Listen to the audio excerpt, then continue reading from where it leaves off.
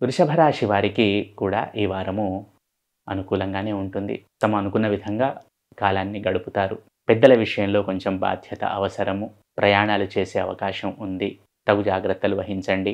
ఆర్థిక పరంగా ఎటువంటి లోటు, చింత అనేది లేదు ఈ వారంలో వీరికి. కొంచెం లాజికల్‌గా ఆలోచిస్తారు. కాకపోతే వాగ్వివాదాలకి అవకాశం ఉంది. కొంచెం పరుషంగా వ్యవహరించే అవకాశం ఉంది. కొంచెం సహనాన్ని కోల్పోయే అవకాశం ఉంది ఈ వారంలో వృషభ రాశి వారికి. కాబట్టి కొంచెం జాగ్రత్త వహించండి. ఓపికగా ఉండండి. ఒక మాట అనే ముందు, ఒక పని చేసే ముందు 1కి 2 సార్లు ఆలోచించి చేయండి. సహనాన్ని వహించండి. వృత్తి, ఉద్యోగ, వ్యాపారాల్లో ఉన్న వృషభ రాశి జాతకులకు ఈ వారము అనుకూలంగానే ఉంది. సమయం అనేది కొంచెం దొరుకుతుంది వీరికి. తగు ప్రణాళికలతో ముందుకు వెళ్ళండి. ఇష్టమైన కార్యక్రమాల్లో పాల్గొంటారు ఈ వారం వృషభ రాశి వారు.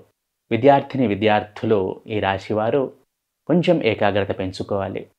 చక్కగానే పెర్ఫార్మ్ చేస్తారు, దాంట్లో ఎటువంటి సందేహం లేదు.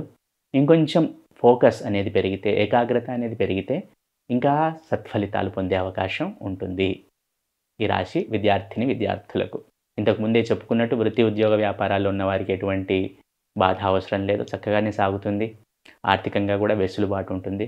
కుటుంబ సభ్యుల మధ్య కొంచెం ఆందోళనకు ఆస్కారం ఉంది. ఇంతకు ముందుగానే చెప్పుకుంటున్నట్టు కొంచెం నోటికి పని తక్కువ చెప్పాలి. సహనాన్ని కోల్పోవద్దు. కొంచెం జాగ్రత్తగా, ఓపికగా ఉండండి.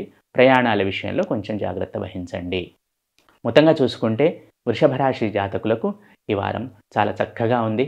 ప్రతి నిత్యము సుబ్రహ్మణ్య స్వామి ఆరాధన చేయటం వలన, అలాగే ఇష్టదేవత ఆరాధన చేయటం వలన ఈ రాశివారు సత్ఫలితాలను పొందుతారు.